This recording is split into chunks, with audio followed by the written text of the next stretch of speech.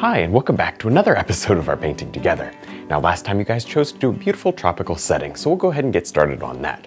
And also, if you're enjoying these videos, be sure to leave a like and subscribe for more painting videos. Let's get started.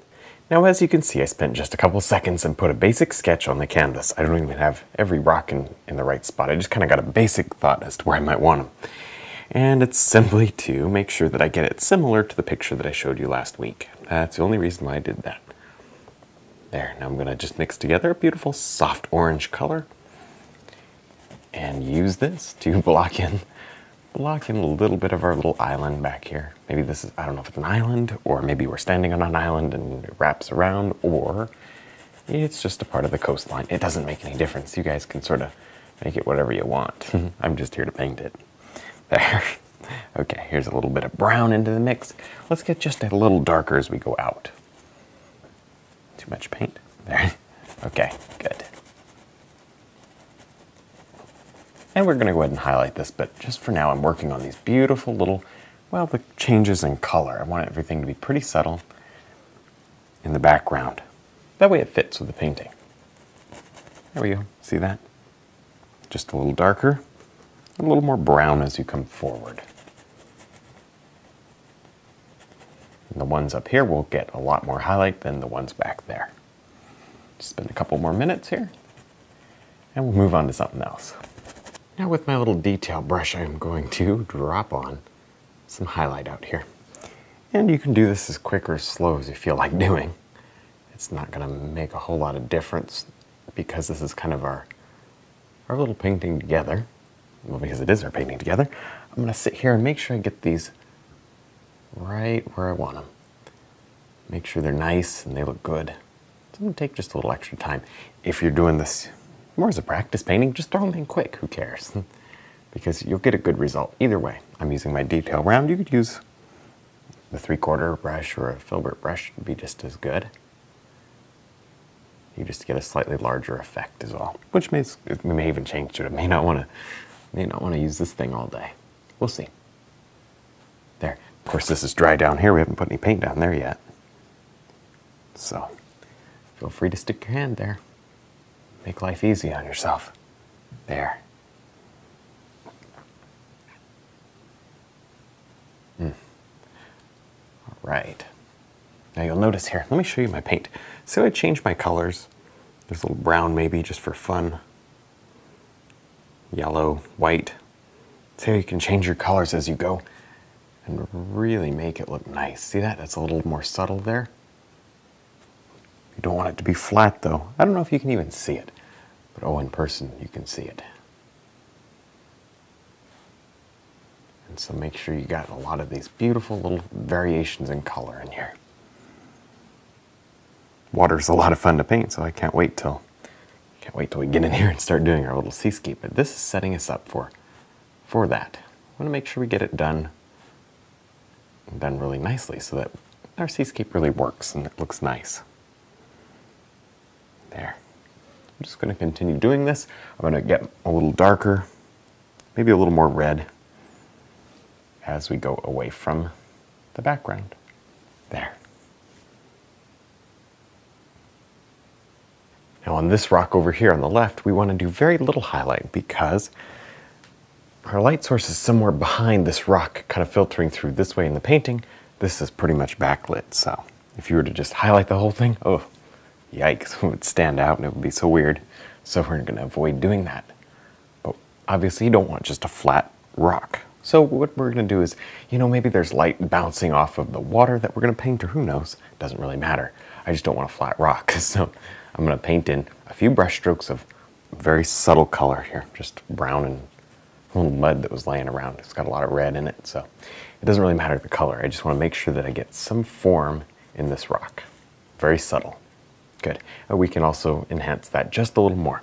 Okay, let's set down that brush, pick up our little detail round, and I've loaded it with a color that's sort of like that right there. In fact, I think it might be that color. Okay, little trees right here. There. Now I'm going to do just a few because it's extremely repetitive. So there. Here's the little guys. Make sure you get them spaced differently. The size has got to be different. Now, because we're working off of a dry canvas here, even if you weren't, even if this background was wet, you'd probably still get these little tiny holes of the canvas showing because this is a soft brush. Don't let that bother you. It'll help to soften it a little. Just go with it.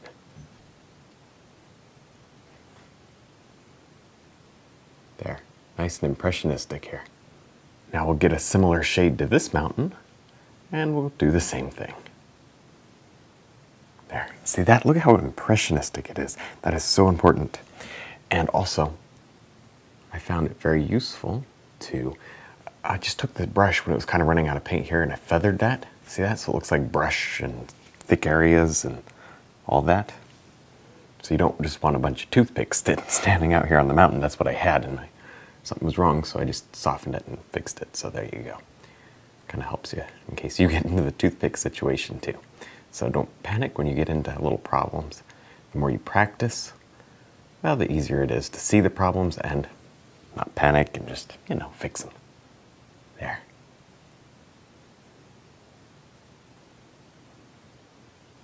I love it.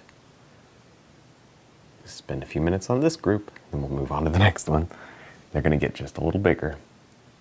You can even do a couple that are significantly larger on this little island. It feels close to me. So we'll kind of make it come closer there.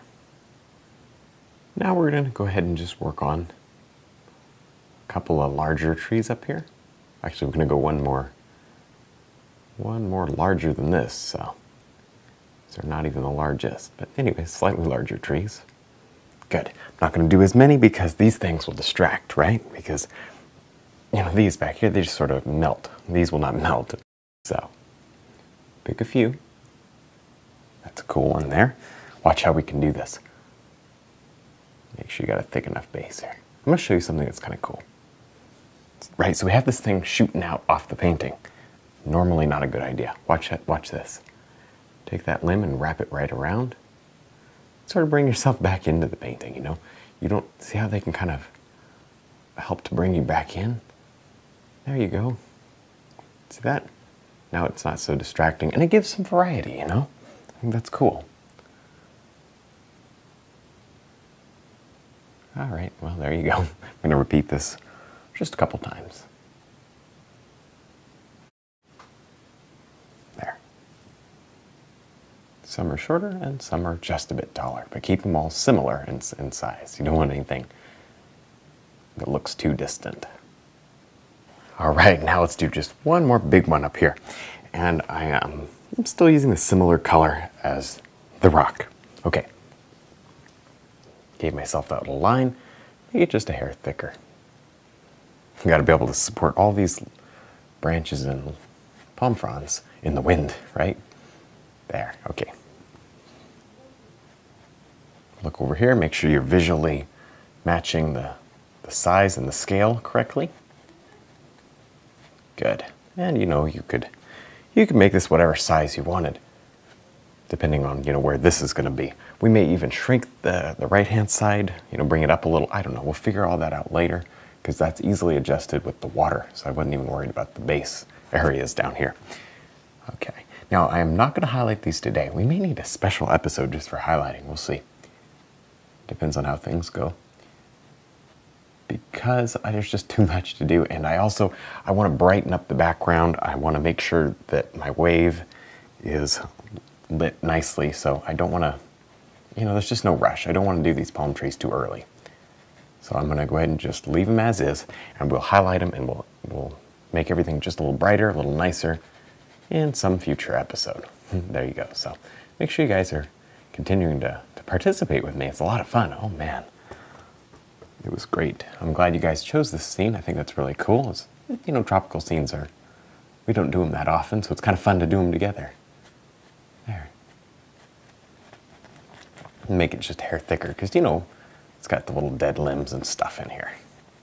And there's really not a prevailing wind today. But I bet you it gets windy here. There. Nice. All right, well, now it's your turn to vote. So the first option that we have here is a very simple little beach scene. Maybe We'll have this wave kind of crashing up against the shore, and we'll work a lot on the sand, giving it a beautiful reflection of the sky and the other colors around it. Or we could do a wave facing the other direction with maybe a similar long shoreline here on the bottom. It'll kind of span across the canvas, and maybe a slightly larger wave, and we'll work more on the wave and the crashing foam areas. Or we could do a large wave crashing against many, many big rocks here that we'll put in the foreground, and we'll have more emphasis on the rocks and the wave crashing and working throughout the rocks and the foam. All right, well, that's all we're going to do to our little painting today. Remember to vote for how you want this painting to continue. I can't wait to see what you guys choose. I hope you had a great time. Thanks for watching.